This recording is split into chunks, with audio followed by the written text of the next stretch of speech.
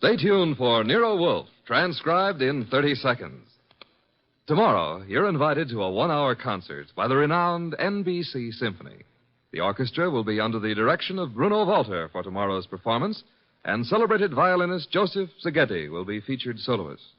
Selections for tomorrow include the overture to Mozart's Marriage of Figaro and the same composer's brilliant concerto for violin and orchestra. You're invited every Saturday to a concert by the NBC Symphony. Ladies and gentlemen, the ringing of that phone bell brings you mystery, adventure. Nero Wolfe's office, Archie Goodwin speaking. Who? Mr. Hal Horton, United Industries? Oh, I see. Well, I must warn you, Mr. Horton, Mr. Wolfe doesn't take kindly to big industrialists. Says their great wealth upsets his digestion. Why do you want to see him? The connection's bad. I don't hear you. Who? Who? Mr. Horton, who? We're cut off. What is it, Mr. Goodwin? Mr. Hal Horton called. I understand that. I won't see him. Tell him what money I have to invest I put into orchid plants. Mr. Horton wasn't promoting anything. And what did he call you for? The great Horton needs a detective. Maybe just my occupational reflex, but I thought he said somebody'd been murdered.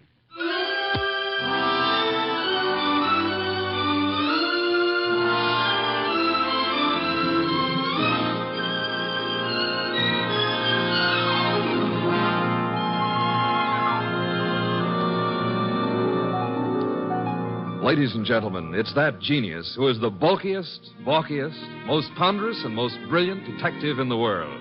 Yes, none other than that chair-borne mass of unpredictable intellect, Nero Wolfe, created by Rex Stout and brought to you in a new series of adventures over this NBC network in the person of Mr. Sidney Greenstreet.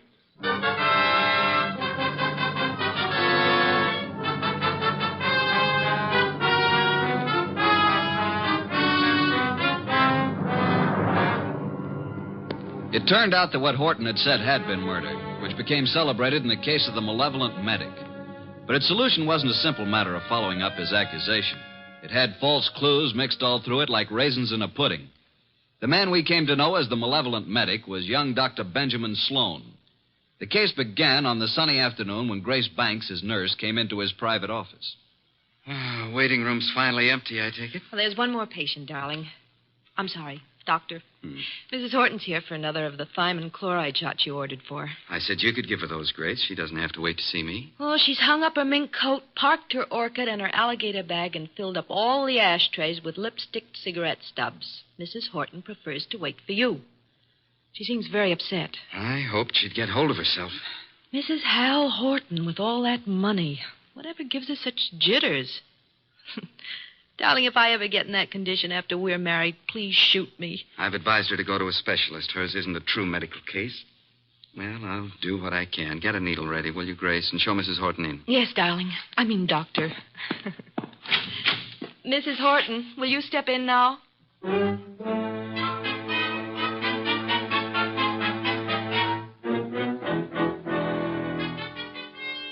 Been in that waiting room for hours.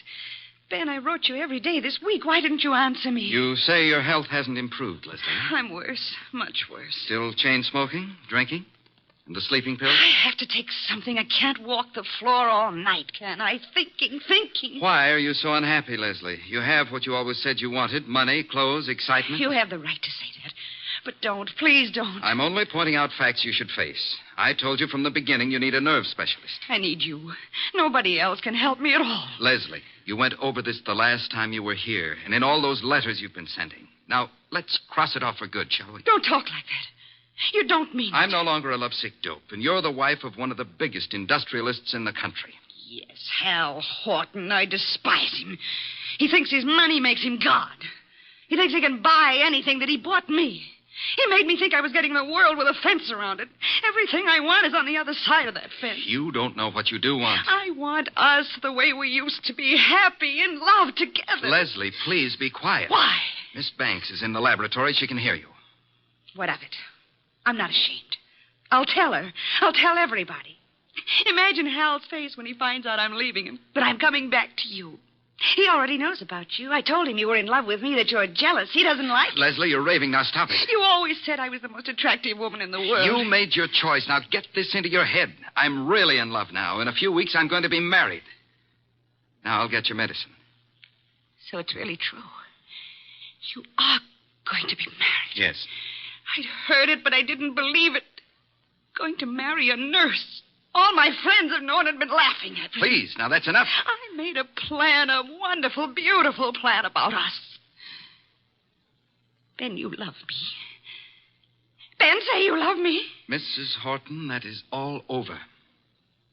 You don't love me. No longer. You're here as my patient, and that's all. After this treatment, I must ask you to get another doctor.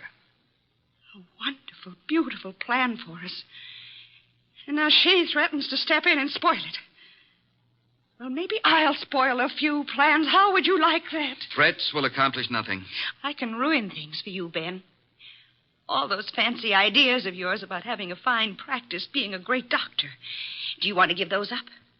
I can arrange it so that maybe there won't be any wonderful future for you. Are you prepared to face that possibility? Because I'm prepared to make it a reality. And I mean it. You'll regret this day as long as you live. I'll get your medicine, Mrs. Horton. Hand me my bag. Thank you.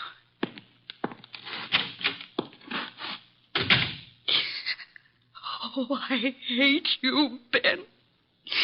I hate you both.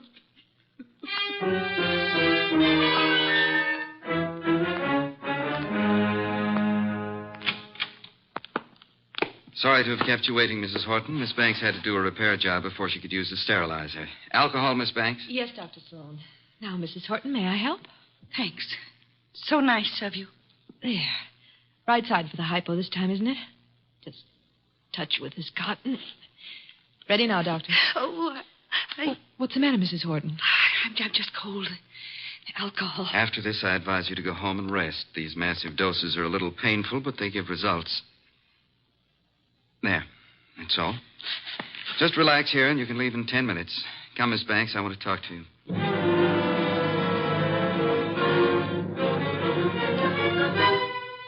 Doctor! I feel sick. I feel very sick. You might as well stop acting. I can't get up.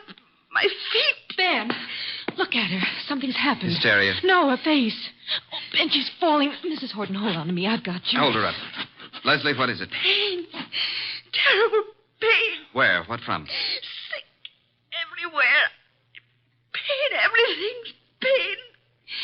Pain in my head. Pain in my feet. My feet. My feet.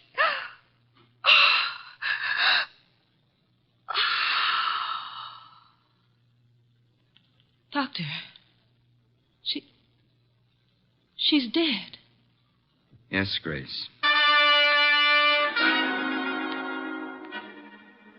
Get a card from the files. I want to study it. From the first day Mrs. Horton came here. What was it, Ben? What happened to her? Symptoms are of a heart condition from which it seems the patient has just expired. Then you must call her husband. Grace, did you hear me? Yes, Dr. Sloan.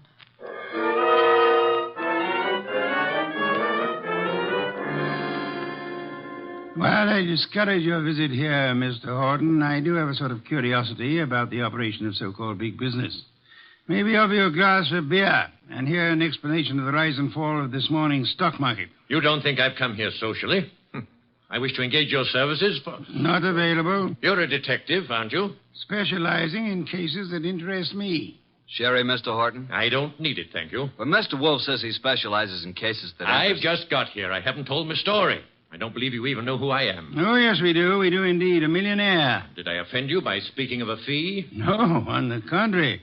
It is that portion of your conversation which interested me most. Frankly, I planned to spend the evening examining the first edition of Henry James I'd like to purchase, and the word fee suggested a possible way. Now, what have you done, sir? What have I done? One doesn't have to be a detective to recognize you're in trouble, Mr. Horton. Look, Mr. Wolf, I have done nothing. But I've got a question I've got to have answered. I need facts.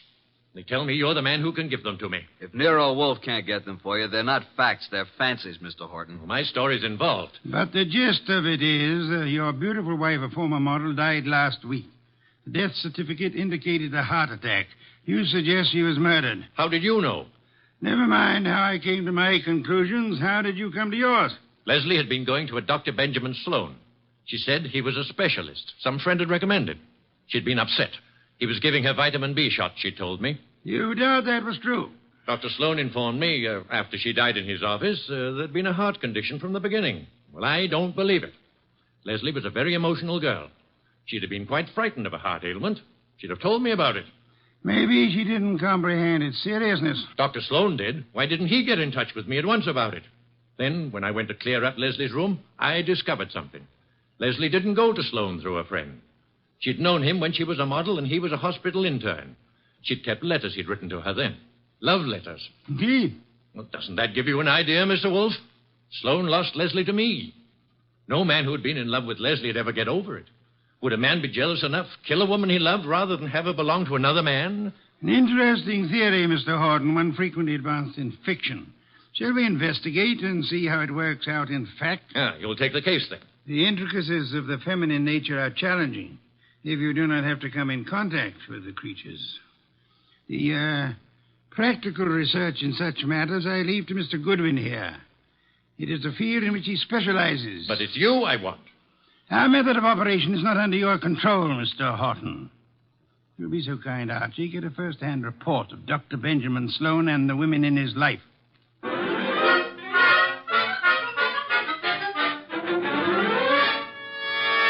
Just came to ask a few routine questions, Dr. Sloan. I don't understand your interest in the Horton case, Mr. Goodwin, is it? That's right. The death certificate was signed and a report made to the medical inspector. Detectives are a snoopy lot. Detectives? Are you from the police department? No, I'm employed to note some details before we close up the Leslie Horton estate. Sudden deaths have to be double-checked. I'm afraid I can't add a thing to what I've already reported. Well, thanks for seeing me anyhow. Been a pleasant visit. Ever have a patient die in your office before, Dr. Sloan? No, but I've seen similar cases in the hospital, of course. Was Mrs. Horton warned about her heart condition, Dr. Sloan? I discussed her case with her fully and frankly. And her husband, wasn't Mr. Horton alarmed? He didn't know. Mrs. Horton's ailment was, well, not to bore a layman with medical details, was not a fatal one necessarily. She might have gone on for years. Just played in bad luck, huh? The worst. Mm-hmm. When'd you first meet her? Several weeks ago. And you saw her how many times? It's all on the record. She was nervous. I prescribed thiamine chloride. Her medical report card shows that. You read it for yourself. Well, I guess that's all, Dr. Sloan. Won't bother you further. Miss Banks will show you out. Yes, Dr. Sloan? Sort of a modern Aladdin arrangement, isn't it? Wish I could press a buzzer and have a beautiful girl like you up here. Mr. Goodwin is leaving. Oh, this way, Mr. Goodwin. You can use the side door. The waiting room's full of patients. So long, Doctor. This way through the lab. There's a door from it into the corridor. Cozy place, all those bottles. I suppose there's enough stuff in here to kill an army. To cure one. Miss Banks, may I say that you're the kind of a nurse that patients dream about? Make it a pleasure to go to a hospital. Blonde hair, blue eyes, winkers an inch long. Are they real? If you'll excuse me. What do I have to come down with to persuade you to take care of me? Huh? I don't take cases. I'm a technician. Good day, Mr. So you work just for Dr. Sloan? It's too bad the way he's involved in this Horton case. It looks serious. Mrs. Horton simply died of a heart attack in Dr. Sloan's office. If you wanted to help your boss, Miss Banks, you'd stop rushing around and answer a few questions. I'm sure Dr. Sloan gave you the necessary information. Guess he doesn't realize the trouble he's in. If you can supply any details that'll change the picture, you'll be doing him a great favor. He's a nice guy. I want to help. What is there to say? The report... Let's get it in your own words. Just what really happened here that day. Well, Dr. Sloan gave Mrs. Horton the vitamin B shot. That was routine. Mm-hmm. But she didn't get up afterward. She said she was sick. And then she fell and I caught her. And Dr. Sloan administered emergency treatment. What did that consist of, Miss Banks? All that is in the office record. What would bring on such an attack? It could have been several things. Could it have been something she ate? Acute indigestion affects the heart. Maybe Mrs. Horton would be here now if the doctor thought to use a stomach pump. He did use one. He did everything there was time to do. She certainly went in a hurry. Suffer a lot? She said she was in pain. Where? Her stomach? No, not her stomach. Where then? She seemed to be in pain all over. Reflex, maybe? When it was over, what did you do, Miss Banks? Called Mr. Horton. Must have been a blow to the great man. I understand she was younger than he is and quite a sultry gal. I've talked to you professionally because you said it was necessary to help Dr. Sloan. Is that all, Mr. Goodwin? I guess it is for now. Unless you'll have dinner with me. Thank you, no. I'm handsome, hardworking, and harmless. I'll bring you references from my employer. What do you say? The express elevator's the one on the right. Must be there's another man. Wouldn't be the doctor, would it? Well, you'll fit better in a Pullman kitchen than here among the test tubes at that. My reluctant congratulations.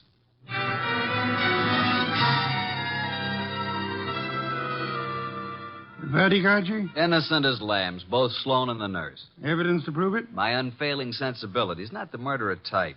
Nice couple, doctor and the nurse. I suspect they're engaged. She's so much in love with him, I could have been you, and she wouldn't have known the difference. Very flattering. Records? The usual medical record, Mrs. Horton's first visits, symptoms, subsequent visits. Here are the notes on it. Vitamin B shots. No chance they brought this on, huh? Dr. Sloan says absolutely not. I checked that with other doctors. But Mrs. Horton did go into this right after the hypo. Nurse's story jives with Sloan's? A little more detailed. She says he did everything. He even used a stomach pump. The woman was in pain? What's this? Head to feet? My way of saying pain all over. What other papers did you examine? Only the medical record. Get back to Sloan's office late tonight and examine all the papers in his desk. Can't you trust me? I tell you, there's no reason even to suspect these two. When you have one of your adolescent infatuations on, blood dripping from a dagger in a girl's hand would look to you like crushed rose petals. With this Grace Banks out of the way, maybe you can recognize evidence. Sounds like a long, bleak evening. Hand me that medical book, and then be on your way. I want to think.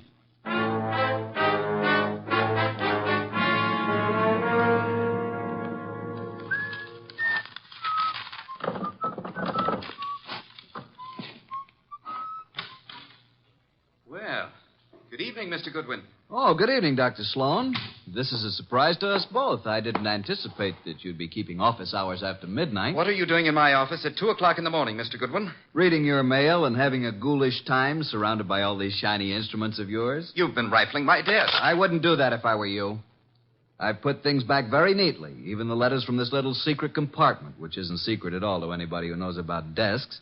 I've kept only Give one. me that Easy. It's the my darling mine first shan't ever give you up one way or another one. You remember it? I'll bet that nice little nurse you're engaged to never wrote that, did she?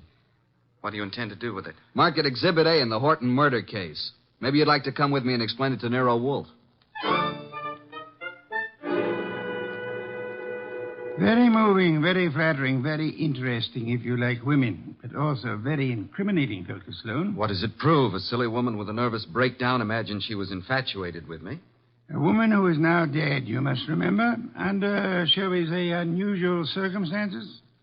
You signed a death certificate which stated Mrs. Horton died of a heart attack. As you signed it, Dr. Sloan, did you remember she had threatened you and heave a sigh of relief that fate had done you such a good turn? I didn't bear Leslie any ill will. I was sorry for her. You felt adequate to the situation. You called no other doctor, though there are several in your building. My first thought, of course, was that it was some extraordinary allergic reaction to the vitamin dose. It was not until an hour or two after she was dead you decided she expired from a heart attack. Yes.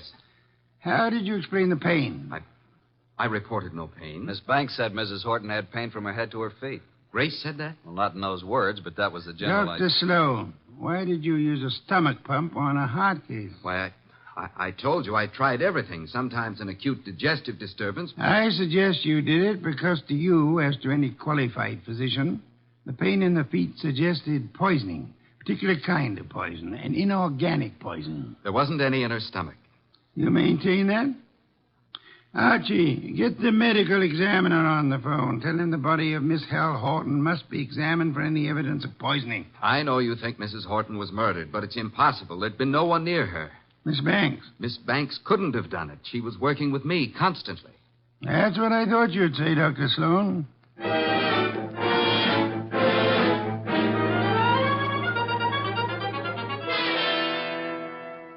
Mr. Wolfe, I had to see you. This is the most dreadful thing I've ever heard of. Trying to accuse Dr. Sloan of murdering a patient. It appears he had a reason to want Mrs. Horton dead, Miss Banks. She was that thing the poets write about, a woman scorned. She had sent him this hysterical letter threatening scandal if he rejected her. He couldn't control her. She kept coming back to his office making scenes. He gave her nothing but thiamine chloride. I know. I fixed the shot myself. Don't start covering for her. I'm not. I tell you, I filled the needle. And I didn't put anything but thiamine chloride in it. You haven't any reason to think anybody did, except for that letter you stole. If it wasn't for that letter, give it to me. Give it to me. Stop it, Archie, quick. Now, drop it, baby. Come away from that fireplace. Why, you little tiger kitten. I didn't think you had it in you. Come on, let go of it. Let go. Give it to Papa. Now, look what you did. You almost got Nero Wolf out of his chair. Destroying evidence is a serious offense, young woman. She kept coming to the office, writing and pestering him. I heard her from the laboratory. You read her letters, too, didn't you? You knew if something didn't stop her, Dr. Benjamin Sloan was a ruined man. But he didn't kill her. I know he didn't. I don't believe he did. You don't? Well, then who? You've just provided an excellent motive for having done it yourself, Miss Banks.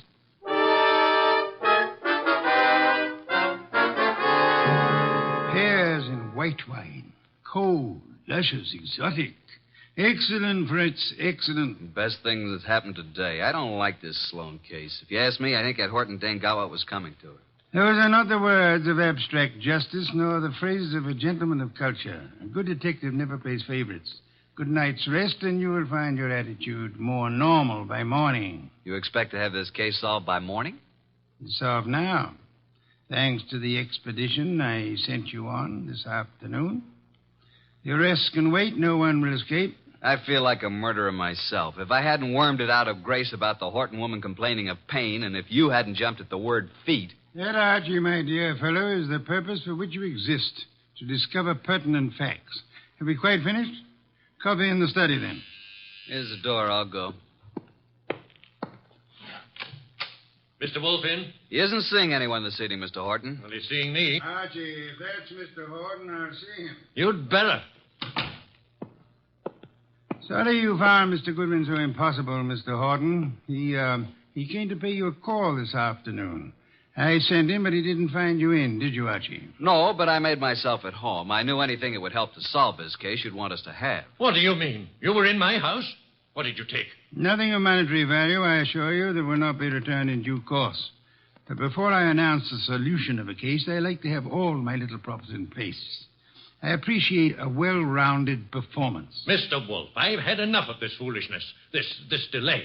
I hired you to convict Sloan, not to play parlor games. You must be patient, Mr. Horton. Don't force me. I want action. Well, I had planned to wait until the morning, but if you insist... These papers here may interest you, Mr. Horton. Mr. Goodwin here collects them, your wife's letters. Leslie's? You recognize the script? These are addressed to Dr. Sloan. Do they prove anything against him? The lady's correspondence should be kept private. This other letter, however, was sent to you. To me? Leslie's? What? Give it to me. Easy, Horton, easy. Don't grab. Oh, but that letter's mine. You stole it from my desk. There is a point in a case, Mr. Horton, where letters cease to be personal property and become evidence. What evidence can that letter provide? It seems you had reason for wanting to kill your wife, Mr. Horton. A man can get annoyed by a note saying his wife never loved him, that all his money isn't enough, and that she's going to another man. You accusing me of murder? It could have been the perfect crime. Poison in one of those pills she was forever taking, or on the tip of the cigarette she chain-smoked, in a doctor's office to die in. If you hadn't been fool enough to try to pin it on Sloan, you might have gotten away with it. If I had known while she was alive what Leslie was, I might have done anything. But that letter you stole from me was one she left under my pillow. I didn't find it until after she was dead. I didn't kill her. Sloan did. You hired me to prove that, Mr. Horton. Suppose you let me go about my business. Nero Wolf's office. Yeah? Oh, you did? Good boy. We'll expect you. I'll tell Mr. Wolf at once. Medical examiner's officer. Just as you thought, they found poison in the body. Listen to me. Inspector Kramer's picking up Dr. Sloan and Grace. They'll be here any minute. Kramer's set to make an arrest. I told you. The police know it's Sloan. Put the letters in Mrs. Horton's bag on my desk, Archie. Leslie's alligator bag? You stole that from my house this afternoon, too. Those things are mine. Inspector Kramer will want to take them with him. What, do you think I wanted made public what Leslie did to me? Kramer can't have them. Maybe the inspector will want to take you, too, Mr. Horton. Let them in, Archie. Come in, Inspector Kramer. Dr. Sloan, Miss Banks. Wolf asked me to bring them here first before I locked anybody up. Mrs. Horton was murdered, all right. I'm sending a man for Horton, too. You won't have to. Mr. Horton's waiting here to join the party. Come into Mr. Wolf's office. Good evening, Inspector. Good evening, Wolf. Will you all please range yourselves around the room as I indicate? Miss Banks here.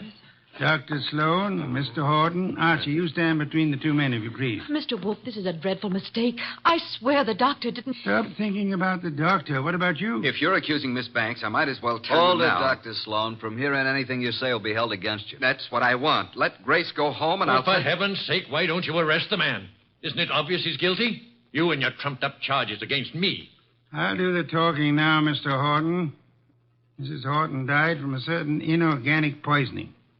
Poison administered in your office, Dr. Sloan, with a hypo syringe. Let's get it over with. I gave her the hypo. But I filled the needle. There you are. They're both guilty. Which would solve the case if they weren't lying. Miss Banks believes Dr. Sloan killed Leslie for her sake. Dr. Sloan thinks Miss Banks put poison in the hypo to save him from professional ruin. They're trying to protect each other. The fact is, the hypo they gave was perfectly harmless. It did not kill Mrs. Horton. Then what did? Mrs. Horton came to your office in desperation, Dr. Sloan. But she came prepared for the worst. You see this handbag? Can any of you identify it? Yes. It's hers. Is it Mr. Horton? It's Leslie's. The bag she carried to the office the day she died. Open it, Archie. You will see it contains her change purse, billfold, cigarette case, matches, her handkerchief, nothing more. That is, not unless you look closely. Then you will observe this lining has a double fold. A secret compartment. Exactly. We open it this way, and there we find it. A hypodermic needle with which the unhappy woman committed suicide. Miss Banks, Dr. Sloan, you can stop protecting one another. Mr. Horton, the world need never know you were a betrayed husband. Mrs. Horton killed herself while in a confused state following a mental breakdown. The case of the malevolent medic is closed.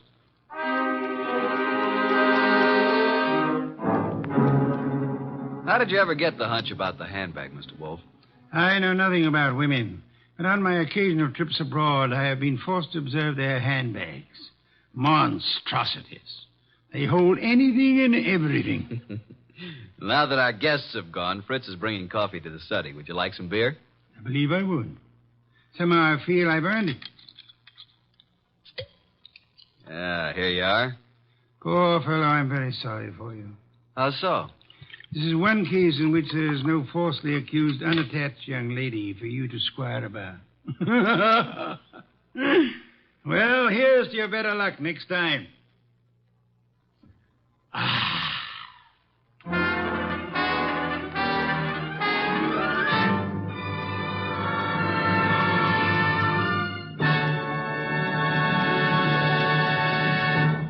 You have been listening to The New Adventures of Nero Wolfe, starring Sidney Greenstreet.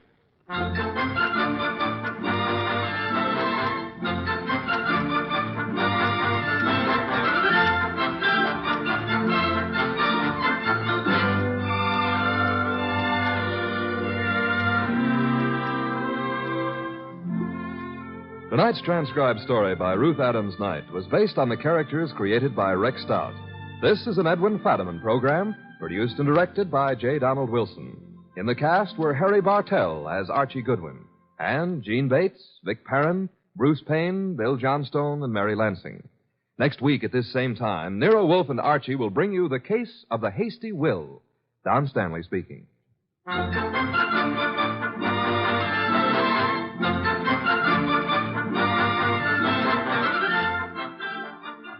Three chimes mean good times on NBC. There's music and mystery for you every Saturday evening on NBC.